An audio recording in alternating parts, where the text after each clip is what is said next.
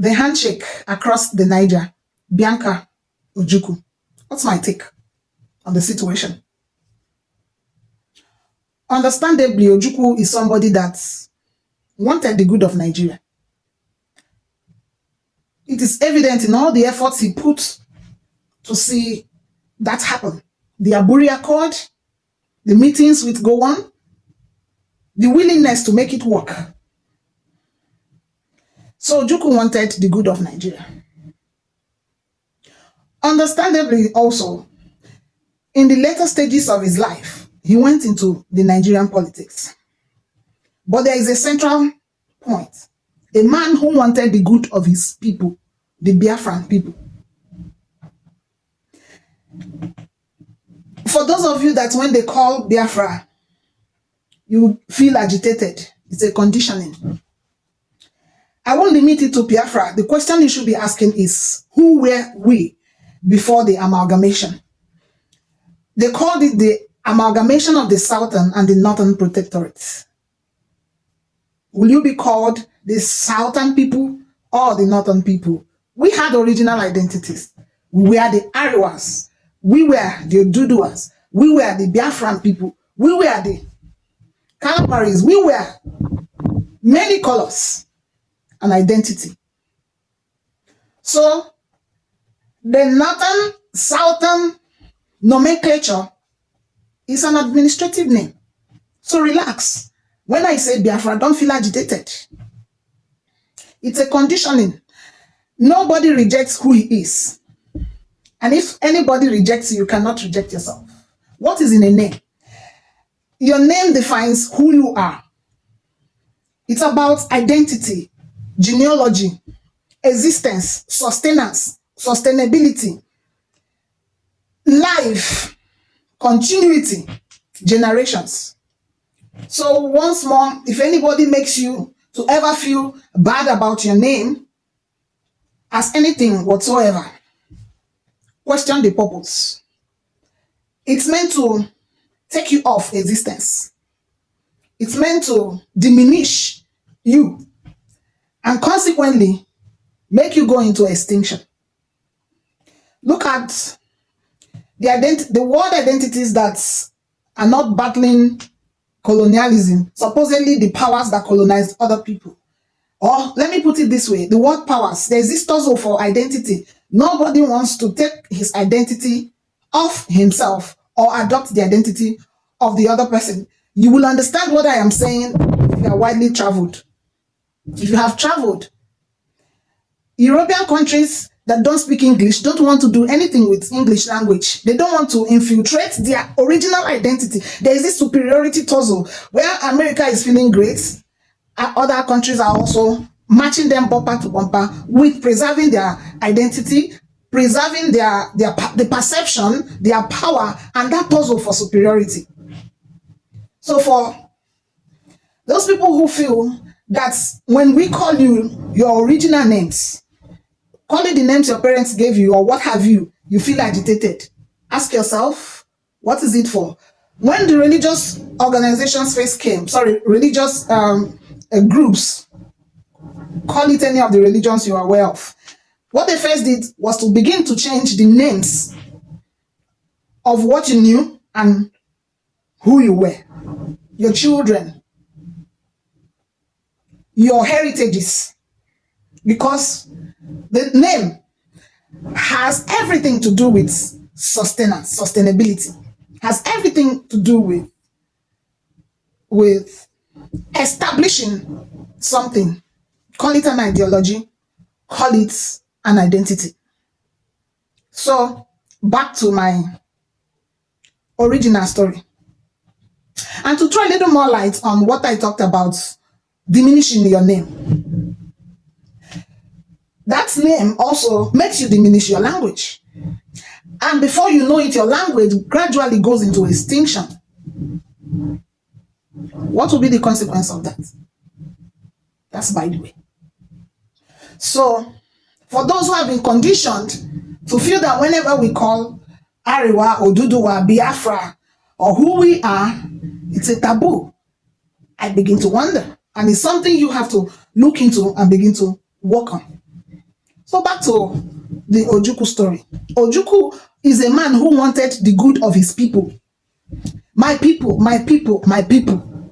Even when he entered the Nigerian politics in the later stages of his life before his death, the politics he played revolved around his people, revolved around cutting a stake for my people in the whole plan. When we come to the table, what is in it for the people I represent, for my people? So in every generation, there are people who are called for the preservation of generations. They are burden bearers. People called in every generation for the preservation of heritages. When they execute these life-giving assignments, call it a calling, call it whatever, people don't understand why they should carry such burdens. Sometimes they don't even understand themselves enough as to ascertain why they subject themselves to so much pain, so much sorrows, so much agony for a people. People don't even understand what it is they are doing. That most of the times they hear things like, who sent you? What is this thing you are doing? How come you subject yourselves to so much pain? Expose yourself to possible deaths, and nobody sees any sense, sees any logic in what they are doing. In every generation, you're going to see such people who are burden bearers. They are there for the preservation of heritages, preservation of generations. That is why in every generation you will see people who fought for others. There is no generation you will live and you will not see a very minute number that stakes everything, their life, their comfort, their everything for a purpose, the preservation of generations. So when they hear things like, why do you risk your life to fight for these people? They are not worth fighting for. You hear people say anybody fighting for Nigerians is doing that to his detriment. But with these people, those things fall on deaf ears. It's like the more people talk, the more they are fueled for this purpose. They are not deterred by those who throw stones on them, by those who feel that they are, I'll give them names, and feel that they have ulterior motive or any other coloration the burden they carry might be given. Ojukwu is somebody who represents such infinitesimal portion of humanity, and he happened to come from the Igbo extraction. Everybody and anybody who is attached to him directly, like his wife Bianca Ojukwu, will inherit the sufferings, will inherit those burdens, will inherit the discomforts. And that is why the Maker does not just bring everybody their way. He brings some kind of people their way who are also able to carry the burden, to bear the pains they bear. And sometimes when they are not able to bear those pains, it could be an addition to the pain of the original person who has that call. But one thing is that they will keep bearing the burdens of people, saving generations unborn, redeeming the ones born or existing, and the likes. So if you ask me about Bianca Ojukwu, I know her as somebody who is career-oriented, who has also gone into politics like Ojukwu, the husband, in the later stages of her life. But like I said, everything was also geared towards the purpose of redeeming a people, of fighting for their people. And when that nomination came for Bianca Ojukwu in the Tinubu administration, I sat back and I could feel the level of the assignments given to her. But it's up to her to choose how to pursue that course. And I know her as somebody who is highly opinionated, somebody who knows her, who has guts, knows what she wants, and goes for it. So somehow I was expecting her to gradually, honorably decline. What for? Somebody will say, don't you want people to contribute to the development of Nigeria? Don't you want the good of Nigeria? We all want the good of Nigeria. But considering the controversies and the circumstances surrounding the emergence of this administration, those sentiments do not apply. They do not apply. There is something about Bola Ahmed Tinubu that most people either have not recognized or are talking about or are not talking about enough. This is somebody that most people who have criticized them in this life, criticized him, one way or the other, come to look his boots. It's not ordinary if you think it is.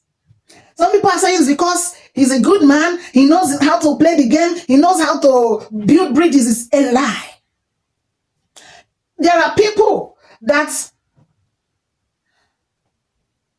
when you mess them up, you become the mess.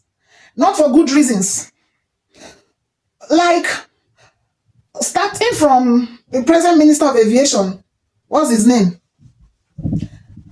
Fani Kayode, Reno Mokri, mention all of them.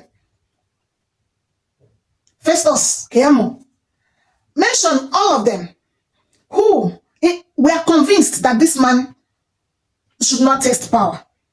When they came back, whether it's in the water they drink or in the disappointment in their pockets or a form of spiritual manipulation, we don't know. But they will come back to lick their vomits openly, like it is a suffering you have to bear.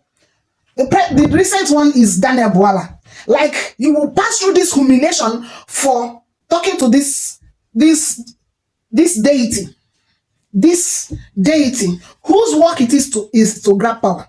So one would think that such persons who has been attached with such eternal responsibility would not want to identify with anything demeaning. Yes, there is something about staying relevant, staying in power, relevant, sustaining wealth. And in Nigeria, there are no jobs. You see people who have one time been honorable running back to things they should not sustain. No matter how something is painted, illegality cannot be built on legality. There's something about wanting to remain relevant, but you have to choose your battles. You have to choose where you put your hands into. In staying affluent and relevant, you choose your battles. Some people have argued that you have to come into the system to begin to effect the changes you want. That's, you cannot change the system from outside. You can change the system from the inside. But the question is, should you become part of the system? And another thing is, you have to weigh the strengths you have vis-a-vis the strength of that system, whether you will get swallowed or you can fight like a lone voice from within that system. In other words, a lily in the mud, a lone ranger in the fight for purpose. We would want to begin to observe Bianca Ojukwu in the coming days, whether she's going to be a voice in the wilderness, a lone voice. Joseph in Egypt, or Daniel against the decree of the king.